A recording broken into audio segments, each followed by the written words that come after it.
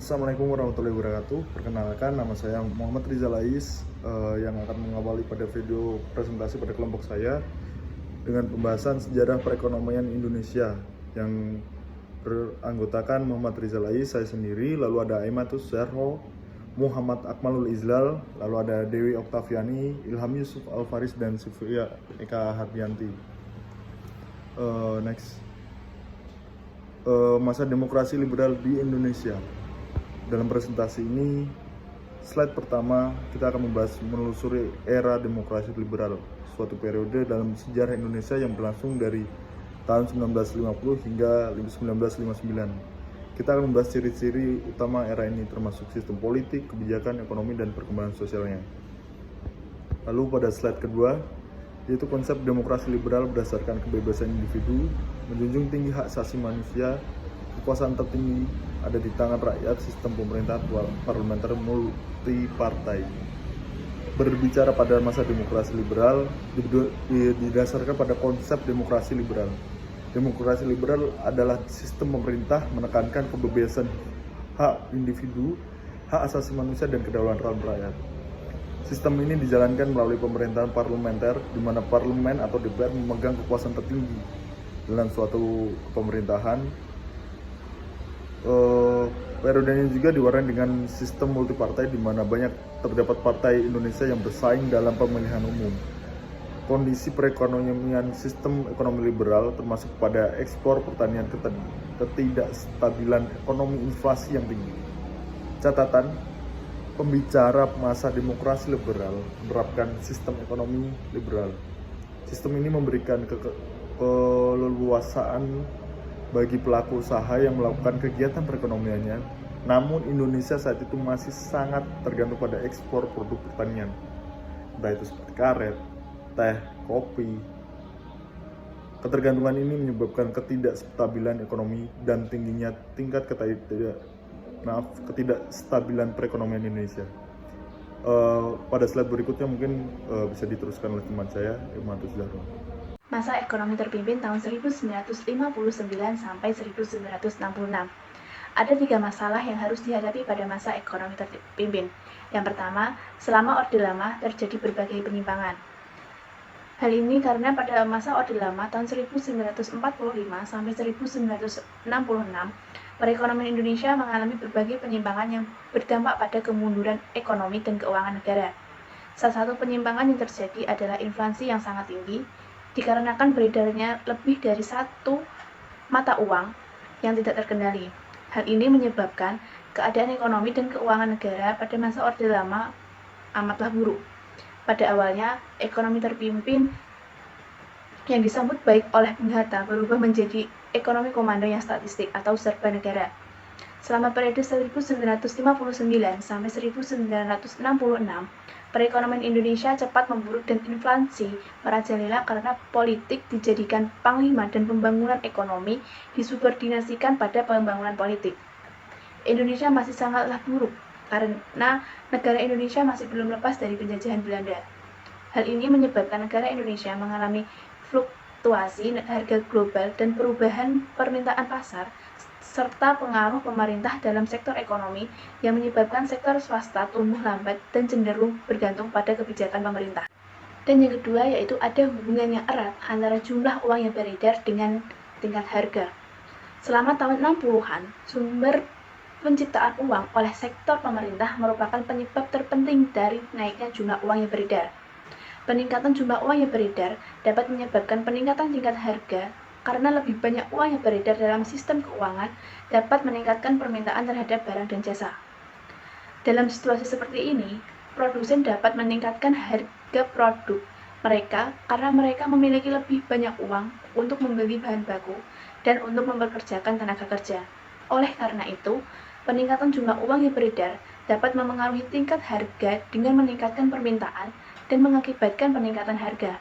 Namun, perlu diketahui bahwa hubungan antara jumlah uang yang beredar dan tingkat harga tidak selalu linear dan dapat dipengaruhi oleh berbagai faktor lainnya, seperti tingkat penggunaan uang, tingkat inflasi, dan kebijakan moneter.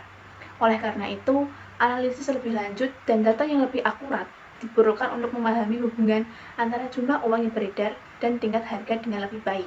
Dan masalah yang terakhir yaitu pada tahun 1960-an, cadangan devisa yang sangat rendah mengakibatkan timbulnya kekurangan bahan baku atau bahan mentah dan suku cadang yang masih harus diimpor. Rendahnya cadangan devisa berdampak signifikan terhadap perekonomian negara. Pemerintah tidak mampu memenuhi kebutuhan keuangannya, termasuk pembayaran utang dan pembayaran impor. Situasinya begitu buruk sehingga pemerintah terpaksa sangat bergantung pada bantuan dan pinjaman luar negeri untuk menutupi kekurangan keuangannya. Rendahnya cadangan devisa juga berdampak signifikan terhadap sektor industri tanah air. Sektor ini hanya beroperasi pada 30% dari kapasitasnya pada tahun 1966, yang menunjukkan penurunan produksi yang sangat signifikan. Hal ini disebabkan kurangnya bahan baku dan suku cadang yang masih diimpor dan sulit diprediksi. Nasionalisasi perusahaan-perusahaan milik Belanda juga mengganggu produksi dan ekspor sehingga semakin memperburuk penurunan aktivitas industri. Rencana dan kebijakan ekonomi. Rencana Pembangunan Nasional Berencana atau PNSB pada tahun 1961 sampai 1969 didasarkan pada Manifesto Politik 1960 untuk meningkatkan kemakmuran rakyat dengan prinsip ekonomi terpimpin. PNSB ini didasarkan pada Manifesto Politik 1960 yang dikeluarkan oleh Majelis Pemusyawaratan Rakyat atau MPRS pada tahun 1960. Manifesto Politik 1960 ini berisi garis-garis besar haluan negara yang berisi prinsip-prinsip dasar pembangunan nasional, termasuk prinsip ekonomi terpimpin, yang dianggap sebagai salah satu prinsip penting untuk meningkatkan kesejahteraan rakyat. Faktor-faktor yang menghambat atau kelemahan rencana tersebut. Yang pertama, tidak mengikuti kaidah-kaidah ekonomi yang lazim. Kaidah-kaidah ekonomi yang umum seperti prinsip efisiensi, prinsip kelembagaan, dan prinsip kemiskinan harus diikuti dalam merancang kebijakan ekonomi. Tidak mengikuti kaidah-kaidah ekonomi yang lazim dapat menghambat kemajuan ekonomi dan mempengaruhi keputusan investasi dan konsumsi masyarakat. Yang kedua, defisit anggaran yang terus meningkat menyebabkan hiperinflasi. Defisit anggaran yang terus meningkat dapat menyebabkan hiperinflasi, yaitu tingkat inflasi yang sangat tinggi dan tidak terkendali. Hiperinflasi ini dapat menghancurkan nilai uang dan mengganggu stabilitas ekonomi. Dan yang terakhir, yaitu kondisi ekonomi dan politik yang tidak stabil, baik dari luar maupun dalam negeri. Stabilisasi ekonomi dan politik sangat penting untuk mengarahkan kebijakan ekonomi yang efektif dan menghindari masalah-masalah seperti inflasi, kemiskinan, dan sebagainya. Kondisi yang tidak stabil dapat menghambat kemajuan perekonomian dan memengaruhi keputusan investasi dan konsumsi masyarakat. Beberapa kebijaksanaan ekonomi keuangan. Yang pertama, kebijakan yang melarang Bank Indonesia untuk menerbitkan laporan keuangan, statistik keuangan, analisis, dan perkembangan ekonomi Indonesia. Kebijakan ini, jika benar-benar diterapkan, akan sangat berbahaya bagi transparansi dan stabilitas ekonomi Indonesia. Karena tanpa laporan keuangan, statistik keuangan, analisis, dan perkembangan ekonomi, investor, pelaku bisnis, dan masyarakat umum tidak akan memiliki informasi yang memadai untuk membuat keputusan keuangan yang tepat. Hal ini dapat menyebabkan ketidakpastian dan volatilitas pasar serta menghambat pertumbuhan ekonomi. Yang kedua, yaitu proklamasi deklarasi ekonomi oleh Presiden Soekarno pada 28 Maret 1963 diikuti dengan penetapan berbagai peraturan negara di bidang perdagangan dan kepegawaian pada 22 Mei 1963. Deklarasi Ekonomi Soekarno pada tahun 1963 dan peraturan-peraturan yang mengikutinya merupakan bagian dari upaya pemerintah Indonesia untuk mengatasi krisis ekonomi yang parah pada saat itu. Deklarasi tersebut menyerukan nasionalisasi industri-industri penting, pengendalian harga, dan reformasi agraria. Peraturan-peraturan yang mengikutinya mengatur perdagangan dan kepegawaian yang bertujuan untuk meningkatkan efisiensi dan keadilan ekonomi. Kebijakan-kebijakan ini memiliki dampak yang signifikan terhadap ekonomi Indonesia. Nasionalisasi industri-industri penting membantu meningkatkan kontrol pemerintah atas ekonomi dan pengendalian harga membantu meredakan inflasi. Namun, kebijakan-kebijakan ini menyebabkan inefisiensi dan korupsi dan pada akhirnya berkontribusi pada kejatuhan rezim Soekarno. Menurut Suroso, pada tahun 1996 menyatakan bahwa perhatian utama dalam aspek perbankan terfokus pada penguasaan wewenang mengelola moneter oleh pemerintah. Hal ini tercermin dalam dualisme yang ada dalam pengelolaan moneter. Menurut Suroso, tahun 1994 mengamati bahwa pada masa Orde Baru terdapat dualisme dalam pengelolaan moneter di Indonesia. Di satu sisi, Bank Indonesia memiliki tanggung jawab untuk menjaga stabilitas moneter. Namun, di sisi lain, pemerintah juga memiliki pengaruh besar terhadap kebijakan moneter melalui mekanisme seperti kredit rumah dan subsidi untuk sektor-sektor tertentu. Dualisme ini dapat menyebabkan konflik antara tujuan stabilitas moneter dan tujuan pembangunan ekonomi. Bank Indonesia mungkin perlu menaikkan suku bunga untuk mengendalikan inflasi, tetapi pemerintah mungkin menentang hal ini karena dapat menghambat pertumbuhan ekonomi. Masa ekonomi Pancasila atau Orde Baru tahun 1966 sampai 1998. Masa stabilisasi dan rehabilitasi tahun 1966 sampai 1968. Masalah yang dihadapi meningkatnya inflasi yang mencapai 650% pada tahun 1965, turunnya produksi pada semua sektor, adanya dualisme pengawas, pembinaan, dan perbankan, rencana dan kebijaksanaan ekonomi. Program stabilisasi dan rehabilitasi tahun 1966 sampai 1968, yaitu jangka pendek. Rencana fisik dengan sasaran utama pemulihan dan peningkatan kapasitas produksi seperti pangan, ekspor, dan sandang. Pemulihan dan peningkatan prasarana ekonomi yang menunjang bidang-bidang tersebut. Rencana moneter dengan sasaran utama terjaminnya pembiayaan rupiah dan devisa bagi pelaksanaan rencana fisik. Pengendalian inflasi pada tingkat harga yang relatif stabil sesuai dengan daya beli rakyat. Tindakan dan kebijaksanaan pemerintah.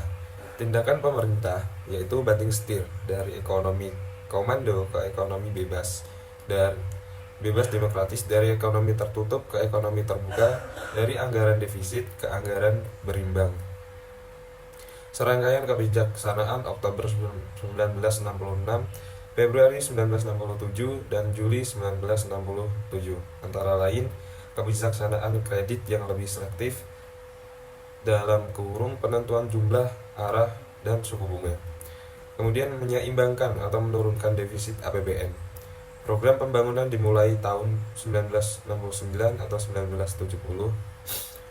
Skala prioritasnya pada bidang pertanian, bidang prasarana, bidang industri atau pertambangan dan minyak. Masa pembangunan ekonomi tahun 1969 sampai sekarang, yaitu terdapat pada masa oil boom 1 pada 1973 sampai 82, oil boom 2 1979 sampai 1980. Oil boom di samping memberi dampak positif juga membawa dampak negatif. Dampak positifnya selama Pelita 1, 2, dan 3, yaitu 1973 atau 74 sampai 1980, nilai keseluruhan ekspor Indonesia meningkat. Dampak negatif, bangsa Indonesia menjadi manja dan hidupnya boros dan mewah-mewahan. Rencana dan kebijaksanaan pemerintah pada Pelita 1, yaitu sebagian besar anggaran pemerintah dialokasikan di bidang ekonomi sebesar 78,28% untuk sektor pertanian dan irigasi, sektor perhubungan dan pariwisata, industri dan pertambangan, serta sektor pedesaan. Pelita 2, kebijaksanaan ekonomi periode ini berkisar pada kebijaksanaan stabilisasi 9 April 1974 yang menyangkut aspek moneter, fiskal, dan perdagangan. Kebijaksanaan devaluasi rupiah terhadap dolar Amerika Serikat kurang lebih 45% pada bulan November 1978. Dan pada Pelita 3, unsur pemerataan lebih ditekankan melalui 8 jalur pemerataan seperti kebutuhan pokok rakyat pada sandang dan pangan, kesempatan memperoleh pendidikan dan kesehatan, pembagian pendapatan, perluasan kesempatan kerja, usaha atau terutama golongan ekonomi lemah, kesempatan berpartisipasi khususnya pada pemuda atau wanita, pembangunan antar daerah, dan kesempatan memperoleh keadilan. A. masa pembangunan ekonomi pada tahun 1983 sampai 1987. Masa pasca oil boom pada tahun 1983 sampai 1987. Indonesia pada masanya pernah mengalami kesulitan ekonomi.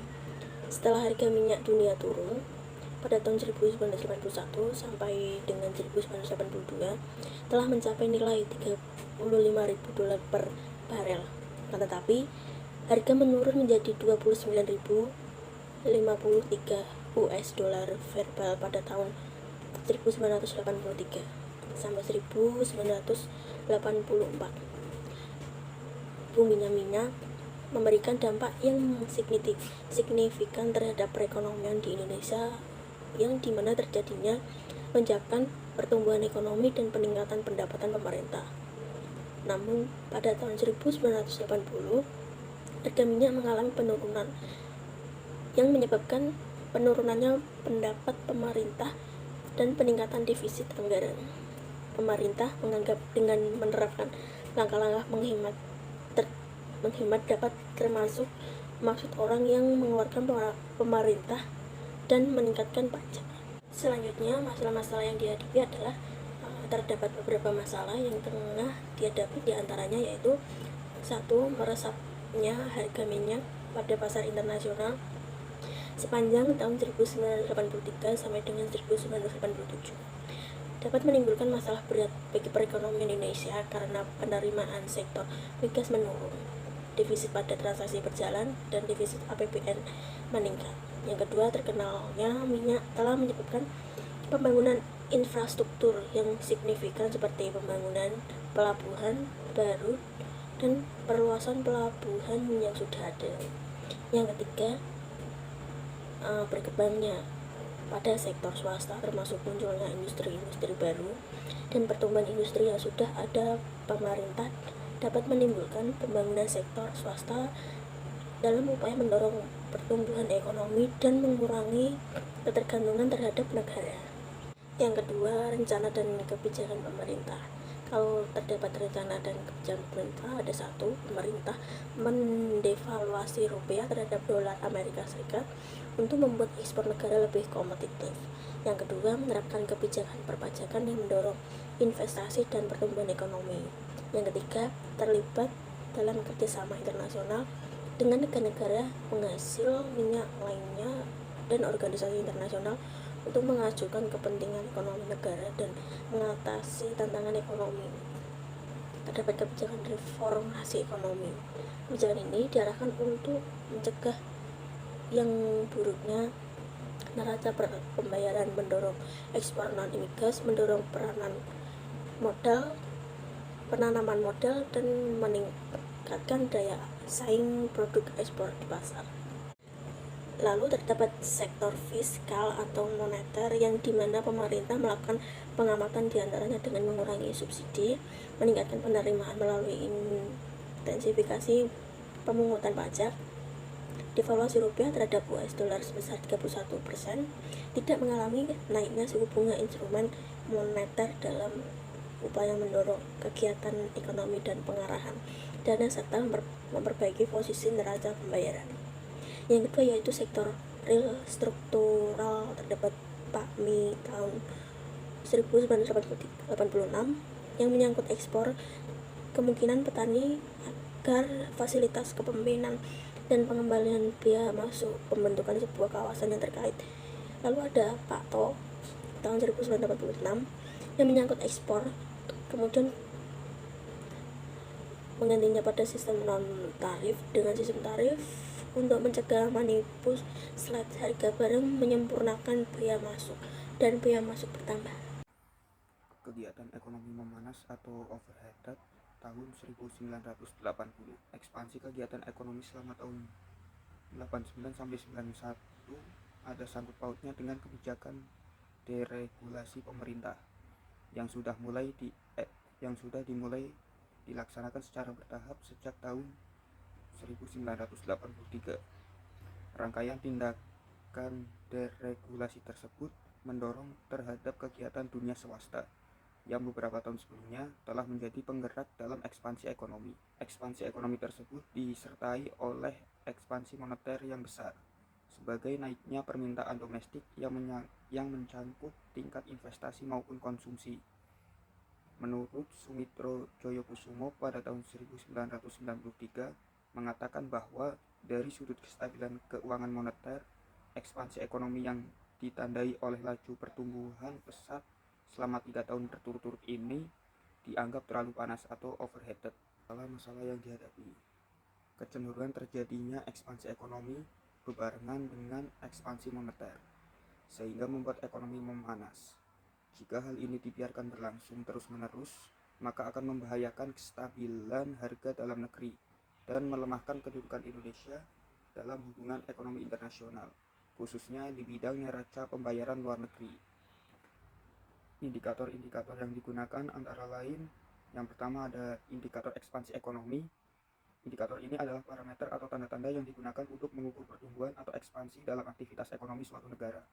Indikator ini meliputi laju pertumbuhan ekonomi dan investasi swasta. Yang kedua ada indikator ekspansi moneter. Indikator ini mengacu pada berbagai faktor yang menunjukkan peningkatan suplai uang di dalam suatu perekonomian. Indikator ini meliputi jumlah uang yang beredar, peningkatan kredit perbankan, laju inflasi yang meningkat, dan defisit tahun berjalan yang meningkat. Rencana dan kebijakan pemerintah. Yang pertama, berlangsungnya proses pemulihan ekonomi sampai kegiatan ekonomi meningkat cepat sehingga memanas atau overheated, berlangsung selama tahun keempat. Kelima, pelaksanaan pelita 4 dan tahun ke-1 pelita 5 dan ekonomi memanas ini berlangsung terus sepanjang pelita 5. Yang kedua, kondisi ekonomi yang memanas perlu didinginkan dengan kebijakan uang ketat. Yang ketiga, kebijaksanaan uang ketat atau tight money policy. Kebijakan ini mengacu pada pendekatan kebijakan moneter, di mana bank sentral membatasi pertumbuhan suplai uang dan mengendalikan inflasi.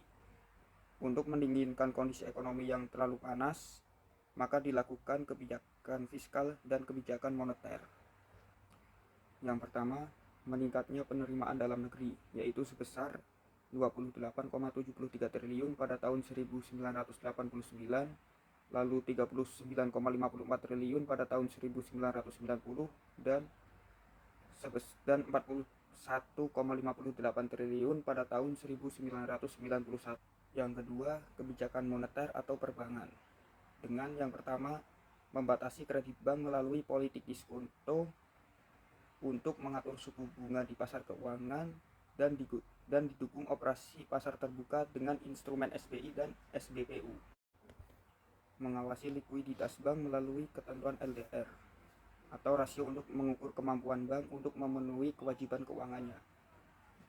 Dan CAR, yaitu rasio kecukupan modal yang berfungsi menampung risiko keuangan yang kemungkinan dihadapi. Perkenalkan, nama saya Sylvia Eka Ardianti, NIM 111. Materi yang selanjutnya adalah kegiatan ekonomi Indonesia atau overloaded tahun 1966.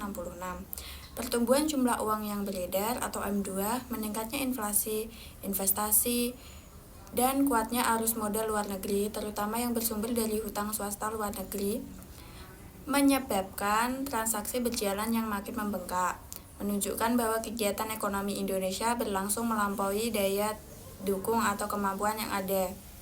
Pada laporan tahunan BI 1995-1996. Hal ini menunjukkan bahwa kondisi ekonomi yang overheated sejak tahun 1990 mulai tahun 1995-1996 menjadi overloaded karena yang pertama, meningkatnya permintaan domestik tidak diimbangi dengan kemampuan menambah penawaran sehingga harga-harga meningkat. Yang kedua, maraknya kegiatan investasi maupun konsumsi. Masalah-masalah yang dihadapi meliputi yang pertama gangguan keseimbangan internal, yaitu meningkatnya pendapatan nasional dari 300,6 triliun menjadi 323,5 triliun dan pengeluaran konsumsi rumah tangga jadi 194,1 triliun menjadi 206,3 triliun yang tidak diimbangi dengan meningkatnya penawaran, menyebabkan inflasi meningkat menjadi 8,9%. Yang kedua ada gangguan keseimbangan eksternal, yaitu meningkatnya kebutuhan investasi yang tidak diimbangi penambahan dana bank, dan adanya perbedaan tingkat suku bunga dalam negeri dengan suku bunga di luar negeri menyebabkan surplus lalu lintas modal meningkat. Materi yang selanjutnya ada krisis moneter pada Juli 1997. Faktor-faktor internalnya merupakan fundamental ekonomi yang menjadi penyebab krisis ekonomi di Indonesia.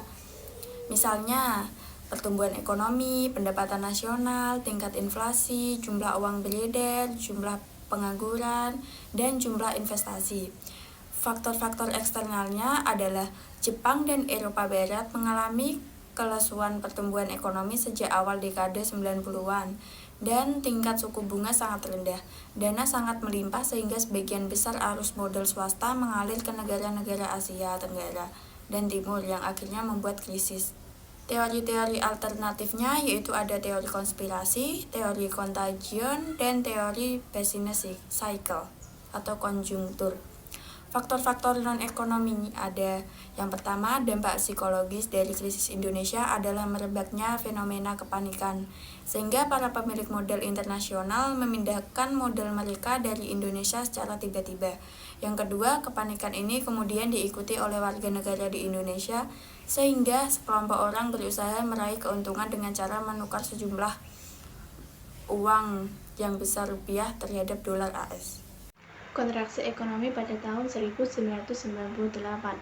Kontraksi ekonomi adalah suatu keadaan di mana pertumbuhan ekonomi suatu negara mengalami penurunan secara signifikan dan berlangsung dalam waktu yang relatif lama. Dalam beberapa tahun terakhir, Indonesia telah mengalami kontraksi ekonomi yang disebabkan oleh beberapa faktor, termasuk pandemi COVID-19.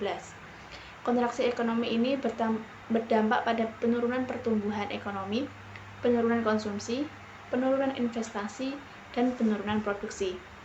Kontraksi terjadi setelah fase puncak, di mana tahapan kontraksi dimulai dari ekspansi. Ekspansi adalah inflasi yang meningkat dan diikuti oleh kenaikan output agregat. Setelah terjadi ekspansi disusul dengan fase puncak. Fase puncak yaitu output agregat berada pada titik tertinggi yang diakibatkan oleh tekanan kenaikan inflasi yang sangat tinggi. Penyebab kontraksi ekonomi atau resesi ekonomi. Yang pertama yaitu ada inflasi. Inflasi merupakan proses meningkatnya harga secara terus-menerus. Sebenarnya inflasi bukan hal yang sangat buruk, namun inflasi yang berlebihan akan masuk ke dalam kategori berbahaya sebab akan membawa dampak kontraksi ekonomi. Bank Sentral Amerika Serikat mengendalikan inflasi dengan cara menekankan suku bunga dan suku bunga yang lebih tinggi kemudian menekan aktivitas ekonomi.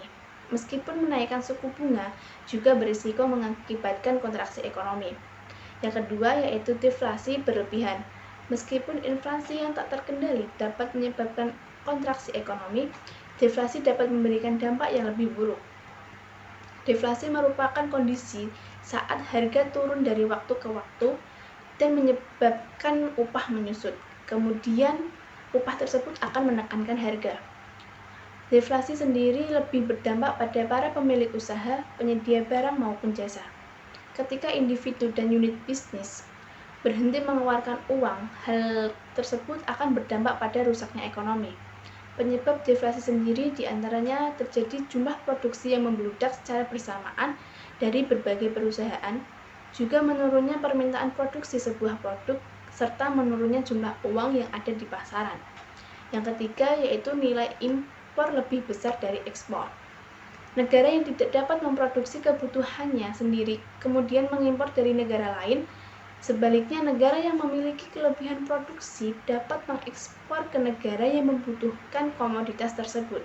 Sayangnya, nilai impor yang lebih besar dari nilai ekspor dapat berdampak pada perekonomian, yaitu defisitnya anggaran negara. Kemudian yang keempat, pertumbuhan ekonomi merosot selama 2 kuartal berturut-turut. Pertumbuhan ekonomi merupakan suatu indikasi yang digunakan dalam menentukan baik tidaknya kondisi ekonomi suatu negara.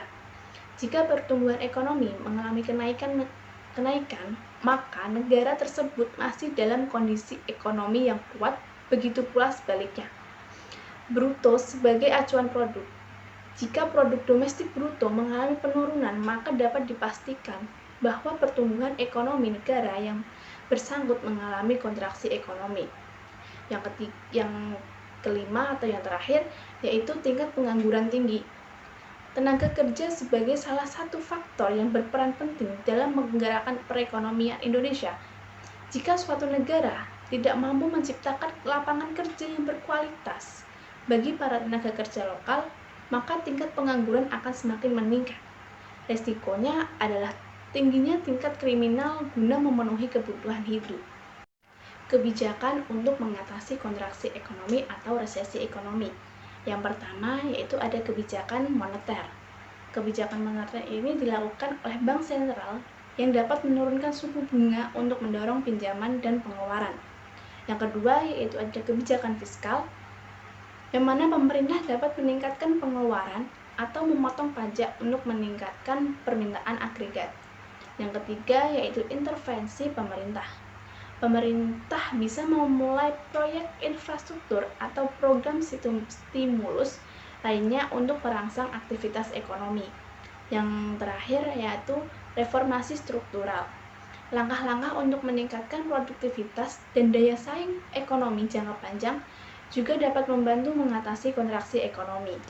Sekian presentasi dari kelompok kami. Apabila ada salah kata, kami mohon maaf. Wassalamualaikum warahmatullahi wabarakatuh.